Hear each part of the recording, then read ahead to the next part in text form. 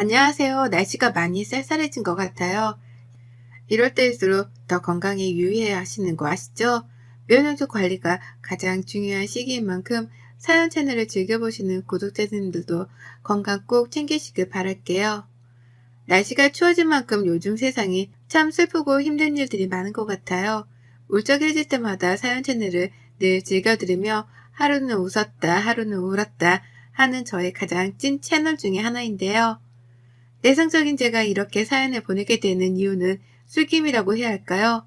집에서 좋아하는 영화 보면서 혼술을 하고 나서 누워서 자려는데 문득 내 이야기를, 나의 속 이야기를 다른 분들에게도 알려드리면 어떨까 싶어 최종 진담으로 사연을 보내게 되었습니다.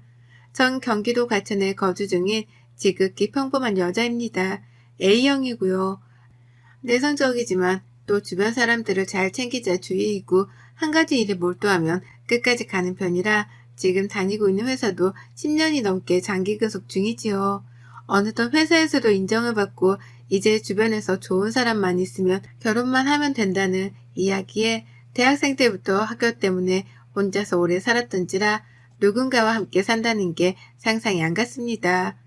정말 인연이 이 세상에 있는 거였을까요? 결혼을 원할 때쯤 동료의 소개팅에 좋은 사람을 만나 연애를 하고 결혼까지 꼴이 나게 되었으니까요. 혼자서 살던 저는 둘이 되고 산다는 건 혼자 있을 때보다 더 행복한 일들이 2배가 되었죠. 저희 남편은 어렸을 때 일찍 부모님이 돌아가시고 누나랑 남편만 이렇게 둘이 오래도록 살았다고 했습니다. 그래서 누나가 엄마 같고 각별한 사이인 건 결혼할 때부터 알고 있었죠. 남편도 저에게 누나가 엄마 같으니 잘 따라줬으면 했고요. 물론 저도 형님한테 남편의 소중한 가족인 걸 알기 때문에 잘 해드리려고 노력했는데요. 근데 사람이 노력한다고 안 되는 일도 있다는 걸 알게 되었습니다. 결혼을 준비할 때부터 형님은 절 마음에 들어 하시질 않았습니다. 그 이유는 제가 남편보다 4살 정도가 많은 게 가장 큰 이유였고요. 그 다음으로는 직장이었습니다. 저는 다른 사람이 생각하는 직장과는 조금은 다른 회사에 다니고 있어 만족하면서 다니지만 결혼해서는 사실 하기는 조금 힘든 직업이기도 합니다. 그 2가지가 가장 마음에 안 드는 이유라고 하셨지만 나이는 제가 어떻게 할 수 없는 문제였고 회사는 조금 덜 바쁜 대로 부서 이동을 할 수 있어 신청해 놓은 상태였고요. 그런데도 불구하고 형님은 저를 많이 마음에 안 들어 하셨습니다. 저희 남편 솔직히 누가 봐도 괜찮은 사람입니다. 이런 말 하면 그렇지만 정말 남편이 저보다 더 아까울 정도로 직업도 빵빵하고 돈도 잘 벌고 인물도 훤칠하고 착하고 자상하고 부모님이 일찍 돌아가신 거 말고는 나무랄 데가 없었습니다. 형님은 지금 피부과 의사선생님이라 사실 처음 결혼부터 당연히 저를 마음에 안 들어 한다는 걸 눈치챘습니다. 그래도 남편을 너무 사랑했기에 제가 잘하면 형님도 저에게 마음을 열 거라고 생각했던 게 저의 큰 착각이었던 것 같습니다. 처음엔 잘하려는 마음들이 점점 형님의 행동으로 인해 저에게는 오히려 독이 되었으니까요. 형님은 결혼하고 나서도 요구하는 게 많았습니다. 첫 번째로는 일주일에 한 번은 꼭 형님네 집에서 같이 식사를 하자는 말씀이셨고, 2번째로는 아이는 형님이 허락할 때까지 갖지 말라는 말이었습니다. 남편이 지금 하고 있는 큰 프로젝트가 있는데 그것 좀 끝나고 여유가 있을 때 가지라는 형님의 말에 뭐 그것도 알겠다 했습니다. 남편은 그런 것까지 뭘 누나는 신경을 쓰냐 했지만 워낙 누나를 엄마처럼 생각하던지라 저보고 좀 이해해달라고 했으니까요. 그렇게 시작된 저희 신혼생활 깨가 쏟아지고 회사에 있으면 빨리 퇴근해서 남편이 보고 싶을 정도로 행복했습니다. 그리고 일주일에 한 번씩 형님네 가는 날에는 집에서 부지런히 하고 꼭 음식 1~2가지는 준비해서 형님네로 향했습니다. 그날은 제가 그 전날 너무 힘들어서 아침에 눈을 못 뜨게 있어서 그냥 빈손으로 갔는데요. 그랬더니 형님이 절 보고 왜 음식 안 해왔어? 죄송해요 형님. 제가 어저께 너무 회사에서 늦게 끝나서 오늘 늦잠을 잤어요. 그럼 그렇지. 너 나한테 점수 따려고 해오다가 이제 뭐 결혼하고 내가 너 인정하는 것 같으니까 변한 거 아니야? 형님, 그런 게 아니라요. 제가 진짜 너무 늦게 자서 알람을 못 들어서 그랬어요. 죄송해요. 다음부터는 꼭 해오겠습니다. 안 지킬 거면 그런 말도 하지 마. 너는 꼭 입 바른 소리를 좋아하더라. 입만 살아가지고. 막말을 서슴지 않던 형님의 태도는 늘 저를 주눅들게 만들었고 남편은 형님이 혼자서 자기를 키우느라 더 예민해졌다고 했습니다. 형님은 사실 결혼도 안 하시고 그냥 혼자 병원 개원하셔서 사시거든요. 결혼하라고 주변에서 좋은 사람 소개시켜줘도 남자는 필요 없다면서 비혼주의로 살겠다고 마음을 먹으셨다고 해요. 그래서 더 예민한 건가 싶기도 했지요. 처음에는 일주일에 한 번 정도는 가까운 거리니까 가도 괜찮겠지 싶었는데 그게 매주 이어지다 보니 사실 정말 좀 힘들었어요. 남편이랑 신혼인데 쉬는 날에는 데이트도 하고 싶고 한데 형님네 가면 아침부터 저녁까지 거기에 있다고 오니까 또 그 다음날 출근해야 하고 저희만의 시간이 없더라고요. 한 번은 남편에게 이번 주는 우리 데이트하면 어떻겠냐고 했더니 알겠다고 누나한테 이번 주 못 간다고 말하겠다고 하더라고요. 저는 너무 기뻤고 드디어 결혼하고 데이트다운 데이트를 할 수 있겠다 싶어 많이 들떠 있었어요. 그리고 며칠 뒤 퇴근하고 집에 가는데 형님이 전화를 해오셨어요. 야! 네, 형님. 너 이번 주에 집에 안 온다고 했다면서? 아, 이번 주에 보고 싶은 영화가 있어 같이 보러 가려 해서요. 다음 주에 찾아뵐게요, 형님. 너, 얘가 아주 발칙하구나. 내가 왜 마음에 안 드는 너를 결혼을 허락했다고 생각해? 우리 민수가 하도 난리치고 네가 우리 집에 일주일에 한 번씩 꼭 찾아온다고 해서 한 거지. 그거 아니었으면 너 볼 게 뭐가 있다고 하니? 나이도 우리 민수보다 더 많고 가진 거 하나 없는 너를 근데 이제 와서 이 약속을 어기려고 해? 갈 거면 너만 가고 민수는 보내. 형님, 그런 게 아니라 저희 신혼인데 같이 있을 시간이 없어서요. 다음 주에 꼭 찾아뵐게요. 아니, 안 돼. 민수만 보내던가 너도 오던가 말던가 해. 하며 전화를 툭 하고 끊어버린 형님. 많이 속상했습니다. 시어머니보다 말리는 시누이가 더 밉다는 그런 속담 있잖아요. 차라리 시어머니라면 이해라도 하겠지만 시누이가 저렇게 하니 이해를 못하기도 했지요. 그 뒤로 보고 싶은 영화는 포기하고 형님네로 갔습니다. 가서도 저는 안중에도 없고 동생만 챙기는 형님의 모습에 저럴 거면 왜 나를 오라고 했지? 라는 생각만 들었어요. 신혼 같지 않은 신혼생활을 보내던 중 회사 친한 동료가 저의 이런 이야기를 듣고 한번 괜찮은 사람이 있으면 저보고 형님 소개팅을 주선해보라고 하는 거예요. 그 정도면 소개팅 할 사람 많다면서요. 남자가 생기면 저희한테 신경을 덜 쓰지 않겠냐며 조언을 해주길래 저도 형님이 예민한 이유는 남자가 없어서 그런 걸까 하며 남편한테 물어봤죠. 남편도 누나한테 남자친구나 남편이 있었으면 한다길래 고민하다가 제 친한 친구의 사촌오빠가 되게 잘나가는 펀드 매니저라 소개팅을 주선했습니다. 제가 소개팅 해보라고 주선할 때는 형님은 콧방귀도 안 끼더니 남편이 한번 나갔다 오라고 하니까 마지못해 알겠다고 했죠. 그렇게 둘의 소개팅 날 제가 친구한테 먼저 형님이 뭘 좋아하고 뭐 관심 있는지 팁을 좀 주었습니다. 그럼 잘 될 수도 있다고 생각했으니까요. 형님의 소개팅을 하고 온 날 친구한테 들어보니 분위기를 나쁘지 않았다고 또 한 번 더 만나기로 했다고 했습니다.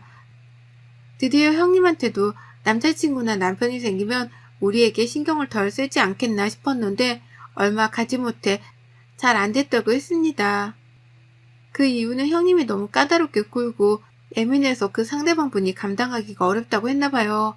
일부러 그런 건지는 모르겠지만 남자 쪽에서 그렇게까지 말하니까 진짜 얼마나 정 떨어지게 했으면 저랬을까 싶기도 하고요. 소개팅까지 쫑이 나니까 형님과의 시간은 더욱더 많아졌습니다. 일주일에 한 번 만남이 이제는 2번, 3번으로 늘어나고요. 심지어는 평일에도 혼자 계시기 싫다고 저희 집으로 옵니다. 그럼 왔다가 가야 하는데 자고 갑니다. 저랑 남편은 거실에서 자고 형님은 저희 안방에서 자요. 그리고 그 다음날 그럼 쉬라고 일찍 가셔야 하는데 그 다음날 저녁까지 먹고 집으로 남편이 모셔다 드립니다. 저는 왕비님을 보는 줄 알았어요. 이뿐만이 아니라 형님네 병원에서 뭐 이벤트를 하는데 저보고 그거 이벤트 해야 하니 주말에 나와서 그것 좀 도와달라고 하는데 제가 회사에 간다고 해도 그 회사에 월차 내고 무작정 오라고 합니다. 안 가면 난리가 나는 편이고요. 결혼한 남편이랑 했는데 저는 지금 형님이랑 결혼 생활을 하는 느낌이 들 정도로 형님을 더 많이 만나네요. 심지어는 형님네 집에 청소하는 이모님이 오늘 못 오는 날이라고 저보고 청소 좀 해달라고 연락이 오세요. 제가 청소하는 사람도 아니고 못 간다고 하면 전화로 막말을 서슴지 않거든요. 그때마다 저는 잘난 남편이랑 사는데 이 정도는 감수해야지. 연한 남편이랑 사니까 내가 이 정도는 감수해야지. 이런 생각이 강했습니다. 가면 갈수록 형님의 요구는 더 많아져만 갔고 그 요구를 감당하면 할수록 저에게 바라는 건 100이 될 정도로 저를 시켰으니까요. 제가 일이 있어 몸이 아파 못 간다고 하면 그때부터는 저보고 그럴 거면 왜 우리 민수랑 사냐? 집을 나가라. 네가 뭐 볼 게 있다고 붙어 사냐? 그 집 내가 해준 거 너도 알지 않냐? 네가 어디서 그런 큰 집을 살아보겠냐 하며 무시도 서슴지 않으셨어요. 이런 말들을 듣는 저는 몸과 마음이 피폐해져만 갔어요. 그러다 정말 그날은 정말 우연히도 회사에 갔다가 집에 두고 온 서류가 생각나 다시 집으로 갔는데 도어락이 잘 닫히지도 않아 남편 신발도 입고 하길래 들어갔는데 저희 집이 복도로 이렇게 되어 있어서 거실에서는 멀리 복도가 보여요. 근데 말소리가 들려서 가만히 들어보니 형님이 와 있더라고요. 또 왜 오셨지 하고 찬찬히 복도를 걸어가려는데 형님이 남편한테 하는 말이 들렸습니다. 너 손 볼 생각 없어? 누나 무슨 손이야. 나 결혼했어. 요즘 니혼 걔나 손나 다 해. 너 누나 친구 중에 가연이 알지? 걔 사촌동생이 나랑 같은 학교 나온 후배래. 집안도 빵빵하고 얼굴도 예쁘고 지금 변호사 한다더라. 근데 너 사진 보고 너무 마음에 든다고 만나보고 싶다고 해서 내가 너 곧 이혼할 거라 했더니 자기는 괜찮다고 그러잖아. 아 누나 좀 무슨 소리야. 지금 잘 살고 있는데 그런 소리 할 거면 그만 좀 해. 아무리 누나해도 그런 소리는 좀 그렇지 않아? 찰싹. 야, 내가 너를 어떻게 키웠는데 누나 인생 다 포기하면서 널 키웠어. 그랬는데 어디서 그 집 깽깽이 같은 애를 데리고 와서 너 그렇게 애가 포부가 없어? 너 내가 우리 부모님 없어서 맨날 기죽어 살 때 그렇게 안 되려고 이 누나 밤낮에 밥도 사람 먹고 공부하고 쉬지도 않고 이랬어. 그러다 이제 좀 편히 살려는데 집안도 학벌도 별로인 애를 데리고 와서 도대체 뭐 할래? 네가 너무 좋아한다길래 내가 허락은 했다만 결혼식도 거의 소규모로 하고 아직 니네 혼인신고도 안 했잖아? 그럼 이혼도 아니야. 파혼이야 파혼. 그 말을 들었던 저는 신발을 들고 그대로 살짝 집에서 빠져나왔고 맨발로 무슨 정신으로 회사까지 간 줄 모르겠습니다. 저를 형님이 싫어하는 건 알지만 결혼까지 한 동생에게 손을 보라는도 제 이야기를 하는 거 보니 사랑해도 노력해도 안 되는 게 있구나 그때 깨달았거든요. 그 뒤로 여기서 형님 말대로 혼인신고도 안 했으니 그냥 서로 각자 갈 길 가는 게 좋을까 눈 감고 그냥 지금처럼 살까 여러 가지 생각이 공존했습니다. 그러다 드는 생각 하나 있었습니다. 형님한테 가장 중요한 건 저희 남편인데 저희 남편이 자기한테 등을 돌린다면 자기 전부인 동생이 자기한테 등을 돌린다면 이것보다 더한 일이 있을까 싶더라고요. 그날 저녁 혼자서 형님네 집으로 찾아갔습니다. 형님 저예요. 뭐야 웬일이야? 문 좀 열어주세요. 할 말이 있어서 왔어요. 무슨 일이야 이 시간에? 너는 예의도 없니? 죄송해요 형님. 오늘 사실 낮에 집에 갔다가 형님이 남편한테 하는 말 들었어요. 선보라는 말이요. 너 정말 도둑고양이구나. 들으려고 한 건 아니고 들려서 들었어요. 제가 그렇게 싫으세요? 그래 들었으니까 내가 한마디 할게. 제발 우리 민수한테 들러붙지 말고 좀 떨어져. 너희 혼인신고도 안 했고 그때는 민수가 너 없으면 못 살겠다고 네가 너무 좋다고 하길래 내가 억지로 허락은 했는데 우리 민수 사랑하면 더 좋은 사람 만나서 행복하게 바라야지. 그게 사랑 아니니? 네가 솔직히 우리 민수한테 해줄 게 뭐가 있어. 민수 대기업 다니지만 너도 알잖아. 대기업 다니고 퇴직할 때까지 솔직히 짧아. 지금 100세 시대야 100세 시대.